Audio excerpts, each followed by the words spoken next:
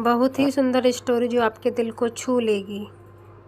अरे लक्ष्मी, सांवली हो, ऊपर से ये काली साड़ी वो अच्छी दिख रही है क्या तुम्हारे ऊपर? पहले ही तुम्हारा रंग को देखकर लोग ताना मारते हैं। राहुल लक्ष्मी को बोला।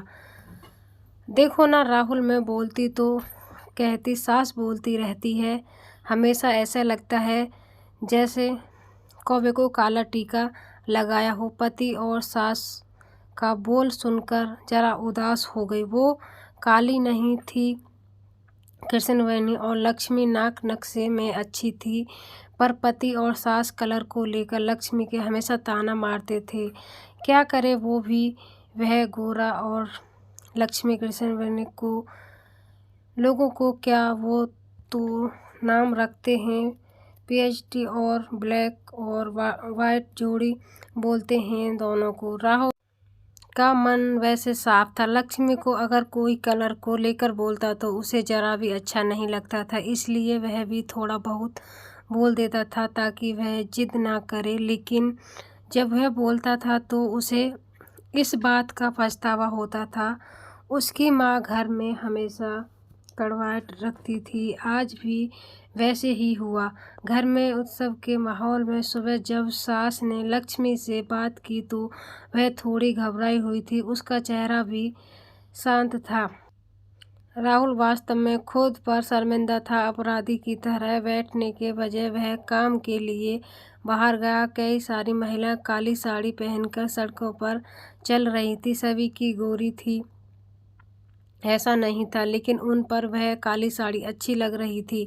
राहुल का काम की जगह पर गया। उसका बचपन का दोस्त विक्की और उसका पूरा परिवार साथ में था। जान पहचान हुई तभी पीठ के पीछे से विक्की की पत्नी आई। वह भी काली सावली ही थी, काली साड़ी पहनी थी उसने। पीछे से एक आवाज़ आई, प्रतीक्षा दीदी, अच्छी दिख रही हो आप।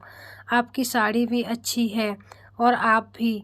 प्रतीक्षा के चेहरे पर खुशी आई। उससे ज़्यादा विक्की खुश हो गया था। राहुल विक्की को कुतूहल से देख रहा था।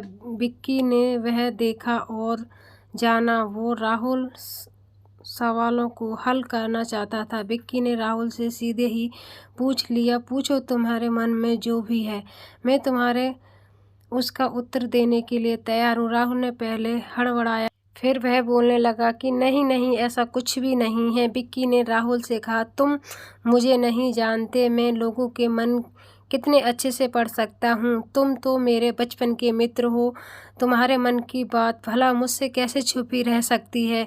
विक्की आगे बोला, चलो ठीक है, तुम्हारा सवाल भी है, मैं ही बता देता हूँ। तुम यही सोच रहे हो ना कि मेरी पत्नी जो रंग से काली है और आज उसने काली साड़ी पहन कर रखी है, फिर भी वह और मैं इतने खुश कैसे हैं। राहुल सब कुछ शांति से सुन रहा था और कुछ भी बोल नहीं पा रहा था। विक्की बोला, काला रंग ऐसा रंग है जिसने दुनिया का कोई भी रंग मिला दे वह कभी नहीं बदलता, यानी कि किसी और रंग को संगत में वह अपना अस्तित्व कभी नहीं छोड़ता। इसी प्रकार प्रतीक्षा भी दिल से एकदम उस कलर के जैसी है, कभी रंगीन ना होने वाली लड़की है। वह अपनी मर्जी से जिए, यही मुझे लगता है। मैं उस खुद से देखना चाहता हूँ। लोगों का क्या है, वह तो बैठे ही बुरा भला बोलने के लिए गोरी आदत रही है। छिपकली बोलते हैं, काली होती है तो चूहा या कौवा बोलते हैं, क्या क्या नहीं बोलते। लोग ताना मारने वाले मारते हैं। हमें हमेशा खुश रहना चाहिए, वही मैं अब कर रहा हूँ। वो सुबह मुझे बोली, मैं कैसी दिख रही हूँ, अच्छी लग रही हो तुम। ऐसे बोला पर उसके चेहरे पर वह कोलगेट स्मेल देखकर मुझे सकारात्मक ऊर्जा मिली। घर से बाहर निकलते तो सभी बोलने लगे कि अच्छी लग रही हो भाभी। हम दोनों ने अच्छे मन से यह बात सोची, कोई न कोई ताना मारने के लिए बोला ही होगा ना, उस वजह से जीने की दिशा क्यों बदले। राहुल को उसके घर का सुबह का माहौल याद आ गया। वह खुद पर ही चिढ़ गया। उसे लगा वो सचमुच गलत था। मैं ही लक्ष्मी को दुख देता हूँ, उस वजह से सब उसे बोलते हैं। अब मुझे ही अपनी भूल सुधार कर उससे माफ़ी मांगनी होगी।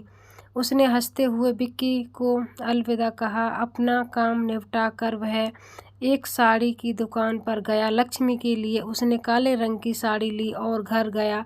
घर जाने के बाद लक्ष्मी शांत बैठी थी। उसने लक्ष्मी को आवाज़ दी, साड़ी उसके हाथों में दे दी। लक्ष्मी को जरा अलग ही लगा। उसने नज़रों से राहुल की ओर देखा। उसने बॉक्स खोल कर देखा तो काले रंग की साड़ी थी। लक्ष्मी, मैं लाया हूँ तुम्हारे लिए यह साड़ी, आज पहन के दिखाओ कैसी दिखती है तुम पर। अच्छी नहीं लगी तो बदल देंगे। साड़ी को देखने तो दो कैसी दिखती है तुम पर। इस रंग में लक्ष्मी को जरा अच्छा लगा। चलो तैयार हो जाओ, जल्दी हम जरा बाहर जा कर आते हैं। एक क्लाइंट के पास जाना है, उन्होंने बुलाया है। जोड़ी में राहुल का बोलना सुनकर लक्ष्मी तैयार होने गई। काली साड़ी, उस पर हल्का सा मेकअप और लंबे बालों की चोटी। राहुल भी क्या, राहुल की माँ भी लक्ष्मी को देखकर रह ही गए। राहुल बोला, लक्ष्मी सॉरी। हाँ, अरे लोगों की बातों में आकर मैं तुम्हें हमेशा बोलता रहा और खरा सौदर किसमें है यह मैं भूल गया था। रंग दो ही हैं यह जानकर फिर जीना छोड़ दे। क्या अपनी खुद की पसंद छोड़ दें? क्या तुम्हें काली रंग की साड़ी पहनना बहुत अच्छा लगता था ना?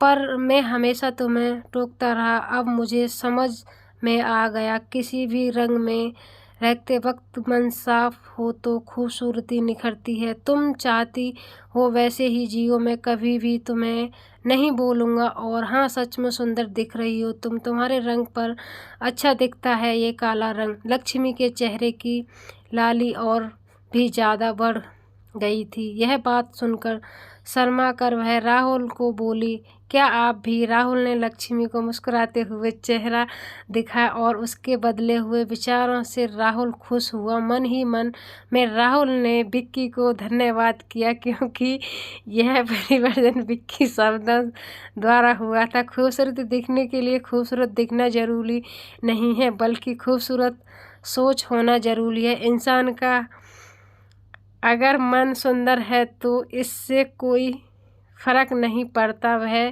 किस रंग का है। तो आज की स्टोरी आपको कैसी लगी? तो मुझे तो यह स्टोरी मेरे दिल को छू गई और मैं इतना खुश हूँ इस स्टोरी को पढ़ के। आप मेरी वॉइस को सुन सकते हो सच में। तो काला गोरा रंग, दो रंग बनाया है, तो किसी के रंग को, किसी के कपड़े को देख के जज ना करें, उसका मन देखें, उसका मन कैसा है। तो मिलते हैं नेक्स्ट स्टोरी में, तब तक के लिए बाय बाय।